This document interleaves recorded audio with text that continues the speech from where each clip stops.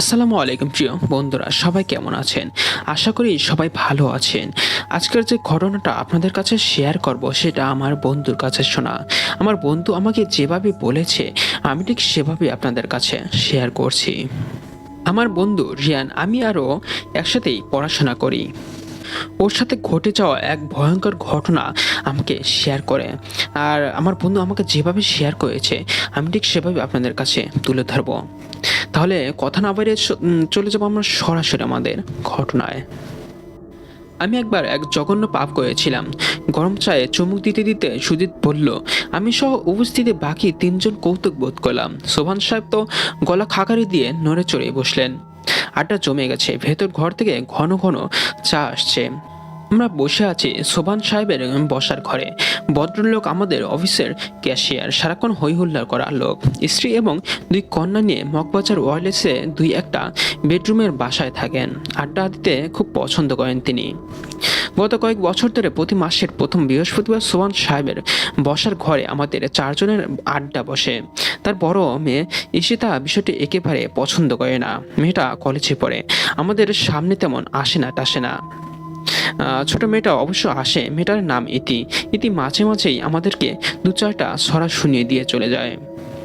আমি আর সোমান সাহেব ছাড়া বাকি দুজন, রশিদ আর সুমন, এরা দুজন মার্কেটিং ডিপার্টমেন্ট এবং পোস্টে কাজ করে। রশিদ বিয়ে করেনি, ব্যাচেলার মেসে থাকে। ফার্মগেটে মোড়ের কাছাকাছি কোনো একা ঘুপচি করিতে ম্যাচ। যত রাত্রি হোক রশিদ কোনো মতে আড্ডা সেরে উঠতে চায় না। সুমন বিয়ে করেছে মাস দুয়েক হলো। ঘরে তার নতুন বউ একা। রাত বাড়লেই তার বাসা থেকে ফোন আসতে থাকে। বেচারা উঠে যাওয়ারা তোড় জোর করে, আমরা উঠতে দেই না। নানান রকম ইঙ্গিতপূর্ণ কথাবার্তা বলা হয়। নব দম্পতিদের নিয়ে রসালো কৌতুক করা হয়। সুমন চোখ মুখ লাল করে বসে থাকে। আমার বাসা থেকে অবশ্য তেমন ফোন টোন কোনোদিনও আসেনি। আমার স্ত্রী শাহানা ঘুম কাতুরে মেয়ে, সারাদিন ঘরের কাজ করে আর 3 বছর বয়সী দুষ্টু ছেলেকে সামনে সামলে রেখে সে খুব ক্লান্ত হয়ে পড়ে যায়। ছেলেকে ঘুম পাড়িয়ে নিজেও আর জেগে থাকতে পারে না। আমার কোনোদিন ফিরতে দেরি হলে আমার জন্য না খেয়ে খাবার সাজিয়ে বসে থাকা মানুষ শাহানা নয়। আমাদের আড্ডায় নতুন মুখ সুজিত। এই ছেলে মাত্রই বিশ্ববিদ্যালয়ে পাশ করে জয়েন করেছে। বয়স কম, আমাদের অনেকের প্রায় হাঁটুর বয়সী আর কি। মোটা কাচের চশমায় ছেলেটার চোখ দেখা যায় না। বড় চুল, মুখে খোঁচা খোঁচা দাড়ি, সারাক্ষণ হাসছে, কথা বলছে। কিন্তু এই ছেলেটা আমাদের এই আড্ডায় আনতে পেতে হলো। সে নাকি রাতে ঘরের বাইরে কোথাও বেশিক্ষণ থাকে না। রাতে আমাদের খুব ভালো খাওয়া দাওয়া হলো। প্রতি আড্ডাতেই হয়। সোবান সাহেবের স্ত্রীর রান্না বরাবরই অসাধারণ। আজ চিংড়ি ধোফিয়া যা ধরনের একটা বিশেষ পদ ছিল। রশিদ মোটামুটি নির্লজ্জের মতো বাটি খালি করে ফেলেছে। খাওয়া দাওয়ার পর বসার ঘরে সবাই আয়েশ করে বসেছি। সুজিতকে নিয়ে কিছুক্ষণ খুব হাসাহাসি হলো। ভেতর থেকে দফায় দফায় চা আসতে থাকলো। আর আজকের আড্ডায় ভূতের গল্প জমেছে। প্রথম গল্পটা বলল রশিদ, তার নানান নিজের জীবনের গল্প। এক শ্রাবণ মাসের পূর্ণিমা রাতের ঘটনা। তখন রমজান মাস। তারাপি পড়তে বাড়ি থেকে মসজিদে যাওয়ার সময় নির্জন গ্রাম্য রাস্তায় ভদ্রলোক দেখলেন এক লম্বা মানুষের বাছর ঘেঁষে দাঁড়িয়ে আছে। মুরব্বীদের কাছে তিনি শুনেছেন রাতে একাকা এদের মুখোমুখি হলে কোনোভাবেই ভয় পাওয়া যাবে না, এরা বদজিন। আয়তাল কুরসি এদের বিরুদ্ধে মোক্ষম অস্ত্র। রশিদের নানান মনে মনে আয়তাল কুরসি পড়তে পড়তে ভীত পায়ের সামনে এগুলেন। যতই কাছে যাচ্ছেন অবয়বটা ততই লম্বা হচ্ছে। একসময় দেখা গেল মানুষটির বাম পা বাজারের কাছে, ডান পা রাস্তার অন্য পাশে। তাকে যেতে হবে দুই পায়ের মাঝে দিয়ে। তিনি যখন নিচ দিয়ে যাচ্ছেন তখন উপর থেকে ঝরঝর করে পানি পড়লো মাথায়। তীব্র প্রসাবের গন্ধ, ঘা, ছমছমে গল্প। কিন্তু গল্পের এই পর্যায়ে কাহিনীর মোড় ঘুরে যাবার জন্য হোক বা রশিদের বলার ভঙ্গির জন্যই হোক একটা হাসাহাসি শুরু হয়ে গেল। ভয় কেটে গেল। এরকম সময় সুজিতের নিজের থেকে তার নিজস্ব এক অভিজ্ঞতার গল্প বলতে চাইল। ভূতের গল্প। সাধারণ কারো নিজের অভিজ্ঞতা হয় না আর কি। সবাই শোনা বা খুব কাছের মানুষের সাথে ঘটে যাওয়া ঘটনা। এই ছেলে বলতে চাচ্ছে নিজের জীবনের ঘটনা। স্বাভাবিকভাবেই আমাদের আগ্রহ বেড়ে গেল, সাথে কিছুটা কৌতুক বোধ করলাম।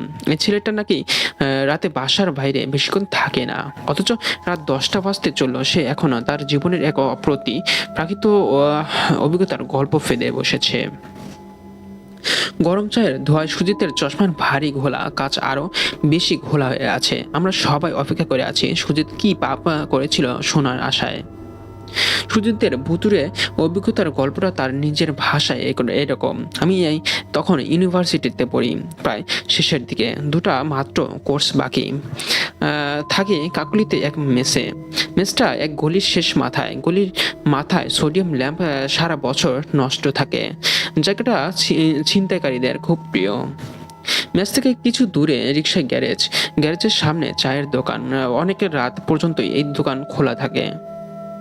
রাত দুপুরে সিগারেট খেতে ইচ্ছে হলে আমি আর শাওন এই দোকানে আসি। আমাদের ফ্ল্যাটে আমরা 3জন থাকি, আমি, শাওন আর নুরুল। শাওন আমার কলেজ জীবনের বন্ধু। ইউনিভার্সিটির শুরু থেকেই আমরা দুজন এই মেসে আছি। নুরুল ছেলেটা এসেছে মাত্র কয়েক মাস হয়েছে, মফস্তম্বল থেকে এসেছে। নতুন ইউনিভার্সিটিতে ভর্তি হয়েছে, মাথা মোটা ধরনের ছেলে।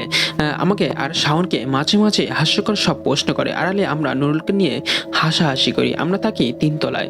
বাড়ির ডিজাইন বেশ পুরনো, 3তলা বিল্ডিং হলেও 2তলার ছাদ বলে একটা ব্যাপার আছে। ব্যাপারটা এমন, নিচতলা আর 2তলায় যে কয়েকটা ঘর আছে, 3তলায় তার চেয়ে একটা ঘর কম। এই ঘরের জায়গাটা বলা হচ্ছে 2তলার ছাদ। এই ছাদে বাড়িওয়ালার পরিবারের লোকজন বিকেলে হাওয়া খেতে ওঠে। ছাদটা নুরুলের ঘরের জানালা দিয়ে সরাসরি দেখা যায়। আমাদের সেমিস্টার প্রায় শেষের দিকে, পরীক্ষা হয়ে গেছে, রেজাল্টটা বাকি। দুজনে চাকরি খুঁজেছি, এমন সময় ঘটনাটা ঘটালাম। এক রাতে আমার চায়ের তেষ্টা পেয়েছে, আমি শাওনকে নিয়ে নিচে নামলাম। রাত তখন একটা কি দেখতে হবে আর কি। হাতে কাজকর্ম তেমন নেই। এরকম অবস্থায় যা হয়, আমার মাথায় দুষ্টি বুদ্ধি এলো। শাওনকে বললাম, চল আজকে রাতে নুরুলকে ভয় দেখাই। ছেলে মানুষই চিন্তা, কিন্তু শাওন এক কথায় রাজি। কলেজ জীবন থেকে আমার সব মতলবের সঙ্গী শাওন। আমাদের সলিড প্ল্যান।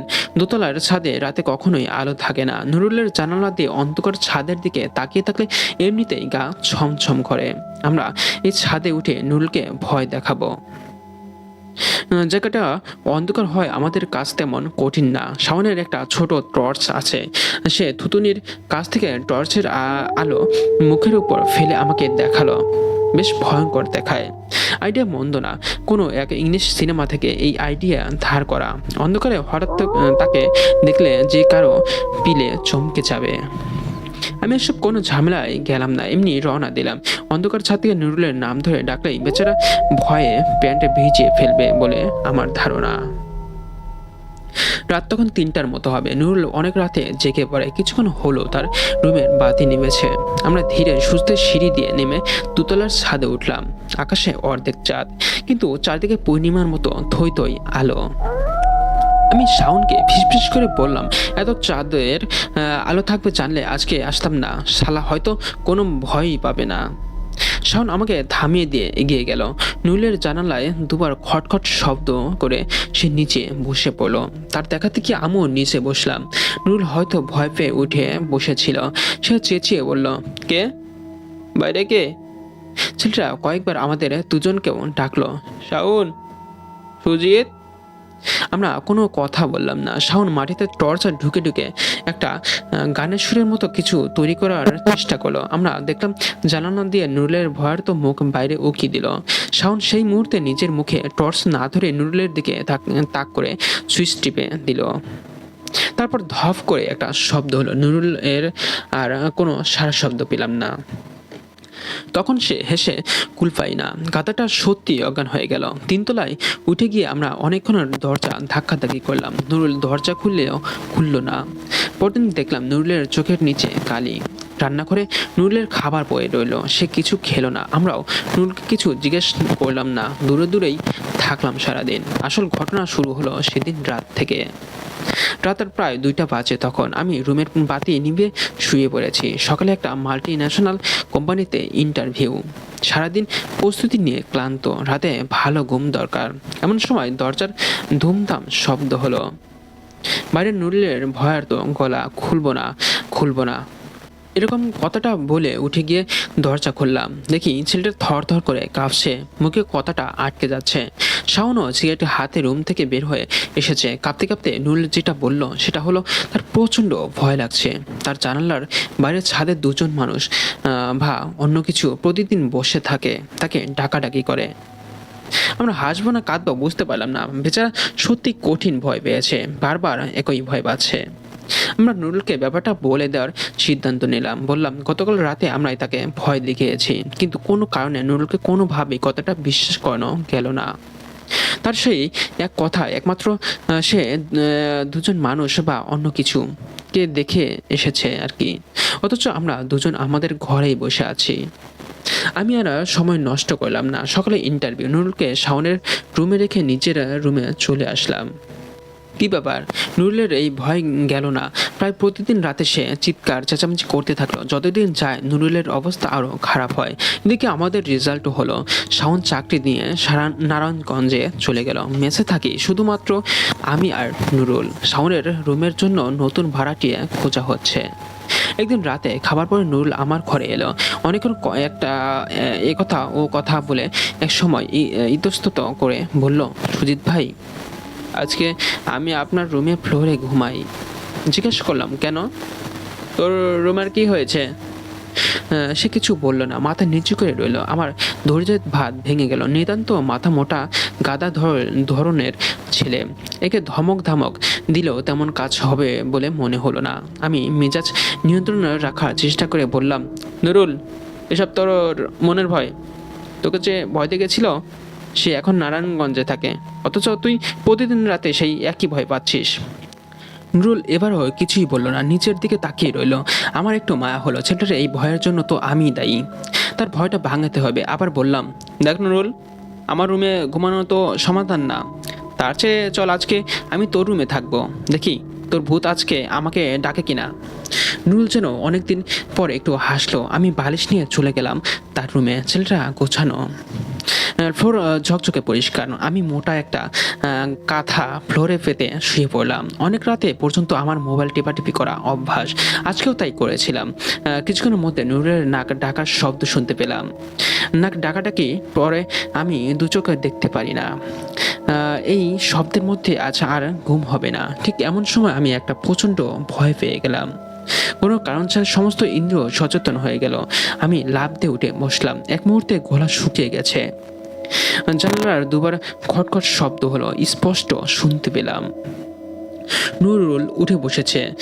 আমাকে বসে থাকতে দেখে হয়তো বুঝে গেছে আমিও শব্দটা শুনেছি। সে ফিসফিস করে আমাকে ডাকলো, সুজিত ভাই, জানালার কাছে আসেন।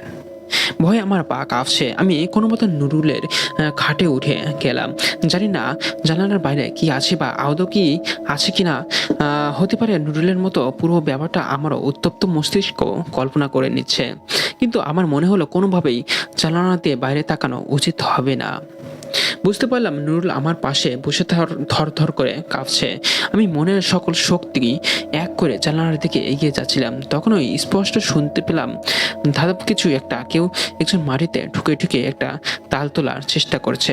আমি ততক্ষণে জানালা দিয়ে বাইরে উকি দিয়েছি। অন্ধকারে কিছুই দেখা যাচ্ছে না। হঠাৎ তাল থেকে থেমে গিয়ে দুটো আলোর ঝলকে চোখ ধা দিয়ে গেল। কিন্তু তার আগের মুহূর্তে আমি দেখলাম ছাদে বসে আছি আর শাওন।